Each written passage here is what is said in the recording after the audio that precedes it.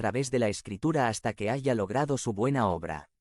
Entiendo que desde el punto de vista del mundo no tiene sentido, pero si abrazamos esa obra, si abrazamos la palabra, el gozo que podemos vivir no tiene comparación. Podemos confiar totalmente en la palabra porque es inspirada por Dios. No proviene de la humanidad. Pedro dijo, ante todo, tengan muy presente que ninguna profecía de la Escritura surge de la interpretación particular de nadie. 21 Porque la profecía no ha tenido su origen en la voluntad humana, sino que los profetas hablaron de parte de Dios, impulsados por el Espíritu Santo.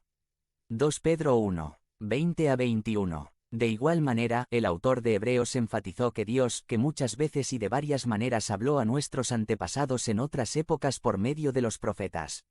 Hebreos 1, 1. Por lo tanto, tenemos las Escrituras, la Biblia que tenemos en nuestras manos.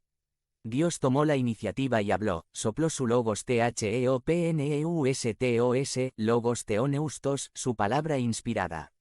Podemos confiar en el logos porque es la palabra de nuestro Creador.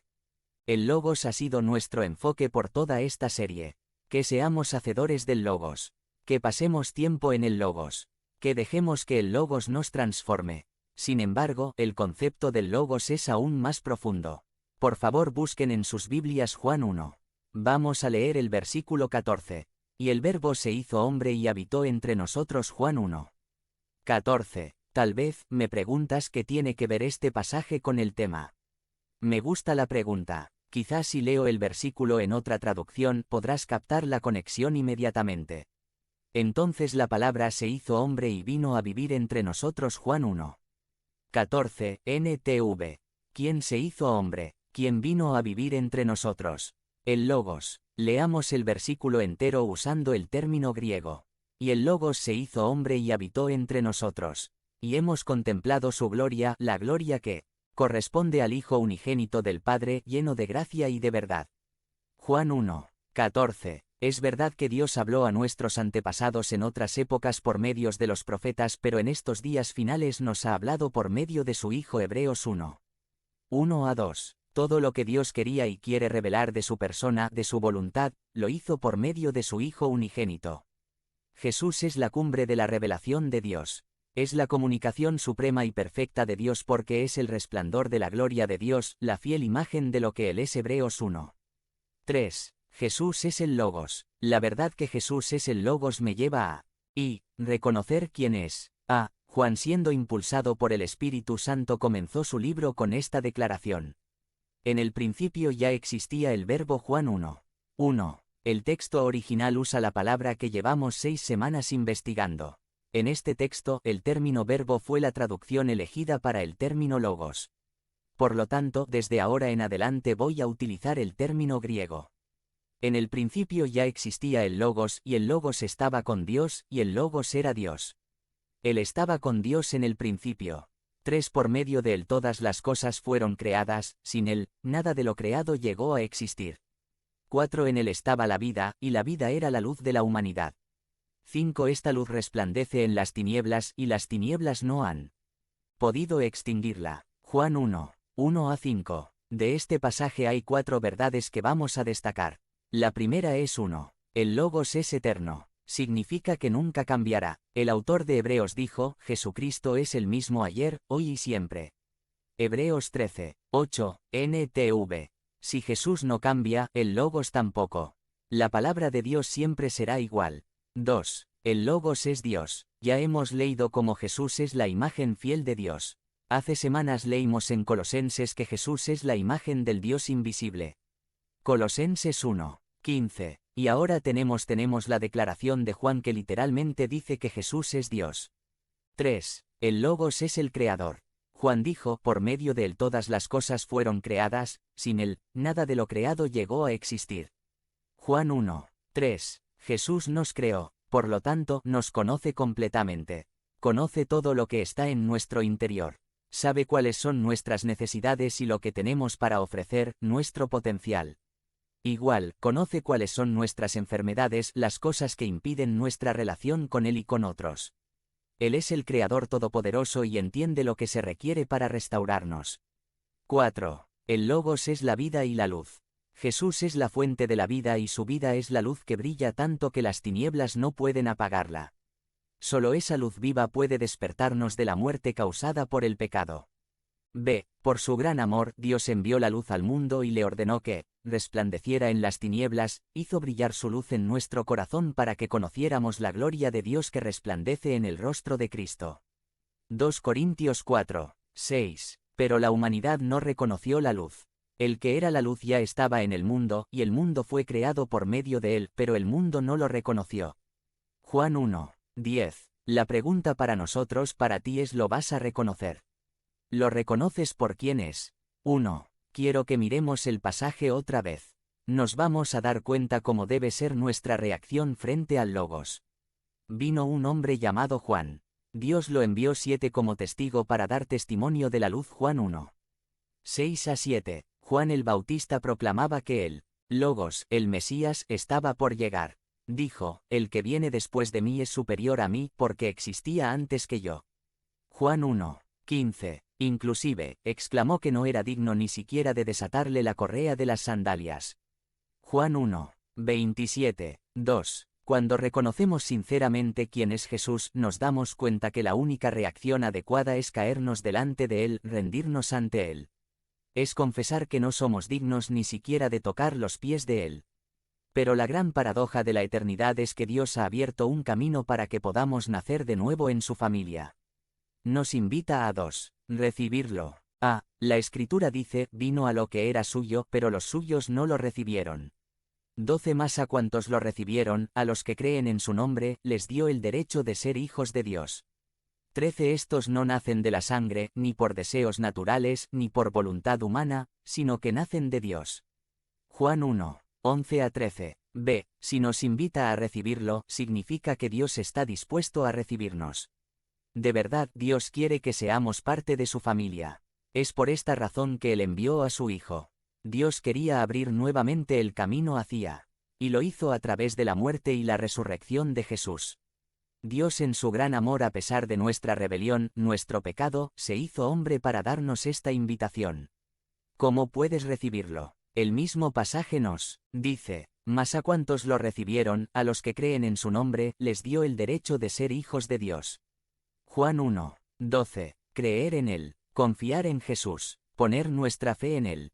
Es un regalo, es por gracia, no podemos hacer nada para que nos adopte. Él hizo todo, solo necesitamos recibirlo. Sin embargo, muchos deciden no recibirlo. Dios nos da la opción. Pero, ¿qué harías tú? ¿Lo recibirías? ¿Te gustaría ser parte de su familia? 3. Conocerlo. A. La verdad de que Jesús es el Logos me lleva a recibirlo. Pero cuando lo recibo me doy cuenta que la invitación es mucho más profunda. No quiere que lo reciba solamente.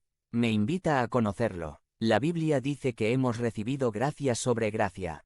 Dios quiere que lo conozcamos. De su plenitud todos hemos recibido gracia sobre gracia. 17 Pues la ley fue dada por medio de Moisés, mientras que la gracia y la verdad nos han llegado por medio de Jesucristo. 18 A Dios nadie lo ha visto nunca. El Hijo unigénito, que es Dios y que vive en unión íntima con el Padre, nos lo ha dado a conocer.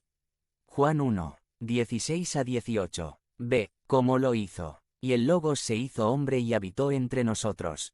Y hemos contemplado su gloria, la gloria que corresponde al Hijo unigénito del Padre, lleno de gracia y de verdad. Juan 1. 14. Nosotros somos incapaces de llegar al Padre, por eso se acercó a nosotros aún sabiendo que muchas personas no iban a creer. Es más, sabía que iban a traicionar a su Hijo y matarlo. C. Sin embargo, Dios sabía que la muerte de su Hijo era necesaria para restaurarnos. Es a través de la muerte de Jesús que podemos ser reconciliados con el Padre. El apóstol Pablo dijo lo siguiente en su carta a los romanos: a la verdad, como éramos incapaces de salvarnos, en el tiempo señalado Cristo murió por los malvados. 7 Difícilmente habrá quien muera por un justo, aunque tal vez haya quien se atreva a morir por una persona buena. 8 Pero Dios demuestra su amor por nosotros en esto, en que cuando todavía éramos pecadores, Cristo murió por nosotros. 9 Y ahora que hemos sido justificados por su sangre, con cuanta más razón, por medio de él, seremos salvados del castigo de Dios. 10 Porque si, cuando éramos enemigos de Dios, fuimos reconciliados con él mediante la muerte de su Hijo. Romanos 5. 6-10. Dios hizo todo eso para tener una relación contigo. ¿No te parece paradójico que el Creador del universo estuvo dispuesto a venir, vivir aquí y ser traicionado por su propia creación? Tiene todo el poder para hacer cualquier cosa, pero eligió morir por nosotros para salvarnos. ¿No crees que la mejor decisión que podemos tomar es aceptar esa gracia? Conclusión e invitación. Muchas personas a través de las generaciones han rechazado a Dios y su oferta. ¿No te parece el colmo? ¿Qué es lo que tenemos que hacer para recibir a Jesús? Nada. Entonces, ¿por qué tantas personas lo rechazan? Es posible que esta mañana esta verdad te esté confrontando porque nunca has recibido a Jesús, nunca has confiado en Él. Te tengo una pregunta. ¿Qué te impide a tomar la decisión de recibir a Jesús? ¿Por qué no lo haces hoy? Para las personas que conocen a Jesús, se te ha olvidado quién es Jesús. Lo reconoces por quién realmente es. Él es el Logos, Él es la palabra de Dios. Cuando decides seguir la palabra, estás siguiendo a Jesús. Cuando decides no seguir la palabra, estás rechazando a Jesús. Estás rechazando a la persona que te salvó. Lo reconoces por quién es. ¿Cómo se refleja eso en tu vida? Te lleva al deseo de conocerlo más. No desprecies la invitación que Dios te ha dado. Conviértete en miembro del canal y sé un instrumento de la palabra de Dios. No dejes pasar esta oportunidad de impactar vidas. Haz clic en el enlace de la descripción ahora y ayúdanos a difundir la palabra de Dios. Está en el grupo de Dios. Va y lee. Sumari. Son separados por Dios. Está en el grupo de Dios. Hace años un hombre hizo la pregunta: ¿cuál es la verdad? Juan 18, 38. Esta pregunta se ha repetido un sinnúmero de veces durante la historia. El mundo se está llenando rápidamente de varias religiones y en ellas hay una multitud de opiniones. ¿Cuál opinión es la correcta? El maestro sabio aconsejó: compra la verdad y no la vendas. Proverbios 23, 23. Pero, ¿cómo se encuentra esta verdad en el laberinto de las religiones? La verdad se encuentra en la Santa Biblia, la palabra de Dios escrita. La palabra de Dios es la verdad. Jesús oró: santifícalos en tu verdad, tu palabra es verdad. Juan 17, 17. El Dios de la verdad escribió la Biblia. Isaías 65, 16. Salmos 31, 5. De hecho, Jesús declaró ser el camino, la verdad y la vida. Juan 14, 6. La verdad de Dios está dada de generación a generación y está dada aún de hoy. Como lo que David dijo: tú amas la verdad en lo íntimo. Salmos 51, 6. Este folleto nos puede ayudar a ver cómo nos podemos adaptar a la palabra de Dios y te declararé lo que está escrito en el libro de la verdad. Daniel 10, 21. La Biblia explica por qué no nos atrevemos a contarnos ni a compararnos con algunos que se alaban a sí mismos, pero ellos, midiéndose a sí mismos por sí mismos y comparándose consigo mismos, no son juiciosos. 2 Corintios 10, 12. Es peligroso adaptarnos nosotros mismos a lo que creen otras personas, o a lo que una iglesia predica. Necesitamos adaptarnos a la palabra. No podemos confiar en la tradición porque la Biblia nos da la advertencia. Invalidando la palabra de Dios con vuestra tradición, que habéis transmitido, y muchas cosas hacéis semejantes a estas. Marcos 7, 13. Se ha dicho: lo que tiene fama no es siempre correcto, lo que es correcto no siempre tiene fama. Ed Cole dijo: las creencias de cada uno tiene el más grande potencial para el bien o para el mal en la vida. Mientras que consideramos nuestro destino, lo que creemos acerca de nuestra salvación es de suma importancia. Tenemos que ajustarnos a la verdad de la palabra de Dios. Si alguien dice algo incorrecto y después 1000 personas confirman que es correcto, todavía es incorrecto. Carlton L. Kuhn, Señor, en su estudio bíblico Take Root Former Right declara: lo que se le ha enseñado al hombre determina lo que él cree. Lo que él cree determina lo que hace. Lo que hace determina su destino. Entonces, ¿cómo podemos ajustarnos con la Biblia? Este folleto nos guiará por algunas doctrinas básicas para mostrarnos cómo ajustarnos a la palabra de Dios. Cuando cada doctrina es discutida, es necesario preguntarse: ¿esta doctrina es realmente lo que la Biblia en verdad enseña? Esta debe ser la primera pregunta para evaluar cualquier sermón, folleto o libro religioso. La Biblia claramente declara: procura con diligencia presentarte a